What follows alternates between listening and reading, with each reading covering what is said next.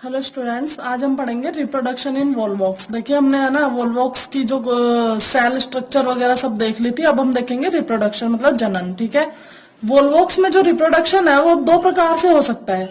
देखिए वोल्वॉक्स में जो जनन है वो अलैंगिक और लैंगिक दो विधियों से हो सकता है। लैंगिक जनन इसमें बसंत और ग्रीष्म ऋतु में, मतलब कि ये बसंत में और गर्मियों में होता है, जबकि लैंगिक जनन गर्मी के मौसम के अंत में शुरू होता है। ठीक है, जैसे ही गर्मी का मौसम जाने वाला होता है तब ये स्टार्ट होता है। ठीक है, लैंगिक जनन की अगर हम बात करें तो देखिए वोल्वॉक्स के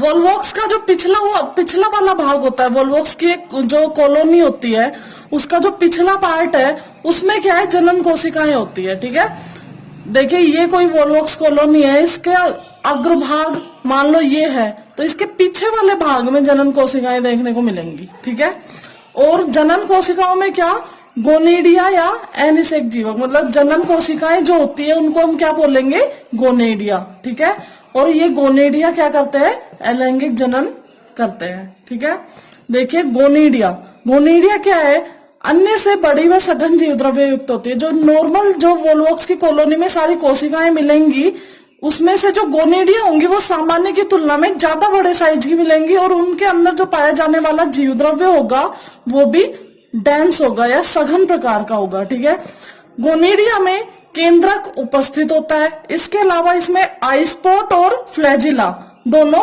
अनुपस्थित होती हैं। ठीक है, देखिए सामान्य जो कॉलोनी में कोशिकाएं होती है उनमें क्या होगा, एक सुसंगठित केंद्रक होता है, लेकिन उसमें क्या मिलती है, द्रव बिंदु भी मिलेगा और कशाभिका भी मिलेगी। जबकि एक गोनेडिया जो है, इसकी जनन कोशिका जो है उसमें क्या होगा, द्रव बिंदु मतलब कि आइस्पोट और कशाभिका मतलब फ्लैजिला दोनों ही एब्सेंट होंगी, जबकि केंद्रक इसमें भी प्रेजेंट रहेगा। प्रत्येक गोनेडियम के जीवद्रव्य में विभाजन से अनुदैर्ध्य विभाजन होता है। मतलब जो गोनेडियम होती है, एक कोशिका को गोनेडियम बोलते हैं। ठीक है, गोनेडियम के जीवद्रव्य में क्या होता है, अनुदैर्ध्य विभाजन होते हैं। ठीक है, विभाजन होंगे। संतति कॉलोनी का विकास, देखिए अब हम इसमें मतलब जो डॉटर कॉलोनी है वो कैसे बनाएंगे। गोनेडियम है एक, सबसे पहले क्या करेगी, नॉर्मली भी ये मतलब जो सामान्य कोशिकाएं होती है उससे आकार में थोड़ी सी बड़ी ही होती है, लेकिन जब ये जनन अवस्था में आती है तो क्या करेगी, और ज्यादा आकार में वृद्धि कर लेंगी। गोनेडियम क्या करेगी, सबसे पहले आकार में वृद्धि करेगी। इसके बाद में इसमें क्या होंगे, 3 अनुदैर्ध्य विभाजन होंगे। 3 अनुदैर्ध्य विभाजन होने के बाद में 8 सेल्ड स्ट्रक्चर बन जाएगी, मतलब 8 कोशिकीय अवस्था बन जाती है। 8 कोशिकीय अवस्था एक वक्रित प्लेट मतलब ऐसे घुमावदार प्लेट पर व्यवस्थित हो जाएंगी, और इसे हम क्या बोलेंगे, प्लेकीय अवस्था बोलते हैं। 8 सेल्ड स्ट्रक्चर क्या कहलाएगी, प्लेकीय अवस्था।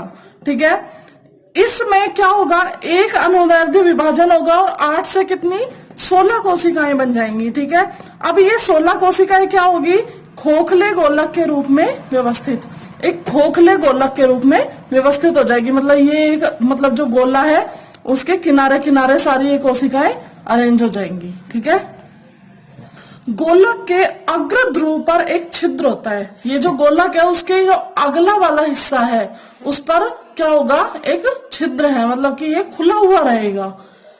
ये छिद्र क्या कहलाएगा, फाइलोपोर। ये छिद्र क्या कहलाता है, फाइलोपोर कहलाता है। 16 कोशिकीय अवस्था से निश्चित कोशिकाएं बनने के बाद में विभाजन समाप्त। देखिए हमने यहाँ पे 16 कोशिका तक बात कर ली है। अब एक वोल्वॉक्स कॉलोनी में इसको जितनी भी सेल्स चाहिए उतनी कोशिकाएं बनने के बाद में डिवीजन होना इसमें बंद हो जाएगा, विभाजन समाप्त हो जाएगा। आगे देखिए,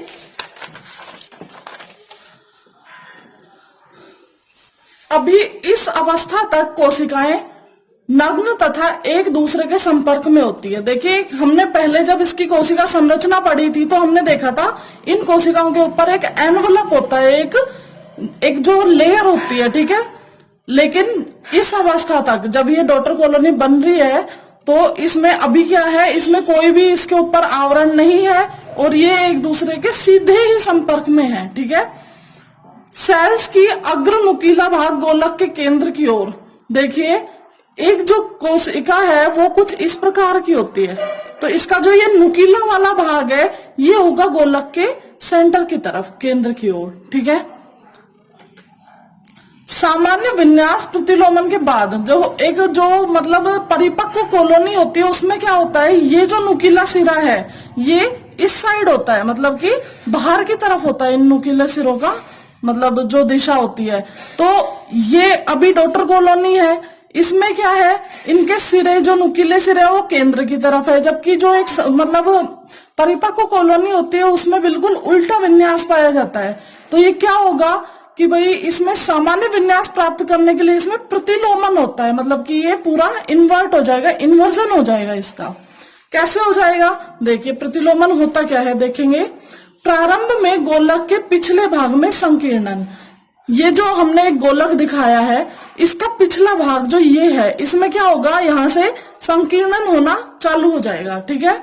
इस समय फाइलोपोर और अधिक चौड़ा हो जाता है। ये जो हमने ऊपर इसका फाइलोपोर दिखाया है ये और ज्यादा खुल जाएगा, चौड़ा हो जाएगा। ठीक है। गोलक के पिछले भाग की कोशिकाएं बाहर की ओर आ जाती है, यह क्रिया प्रतिलोमन।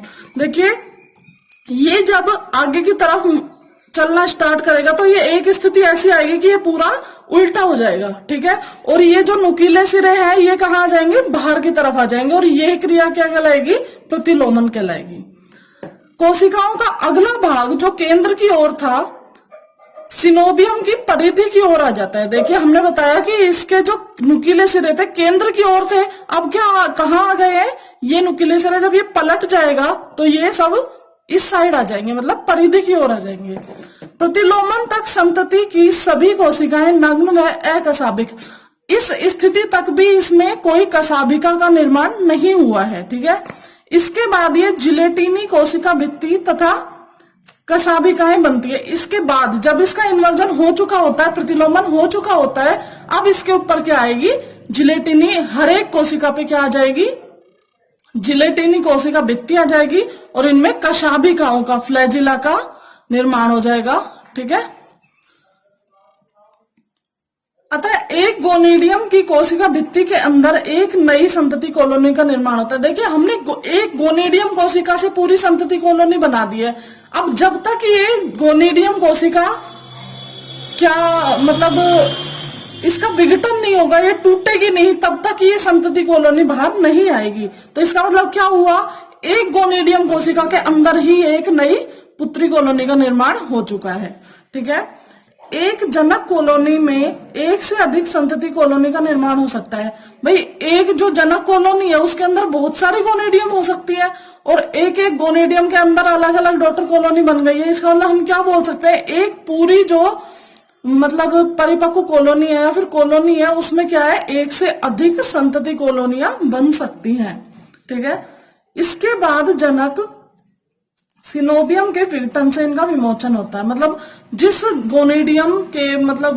गोनेडियम कोशिका के अंदर ये बनी है उसके टूटने से क्या होगा, ये बाहर आ जाएंगी नई बनने वाली कॉलोनियां। ये था एसेक्सुअल रिप्रोडक्शन, मतलब कि अलैंगिक जनन। आगे देखिए बात करेंगे सेक्सुअल रिप्रोडक्शन के अगले वीडियो में।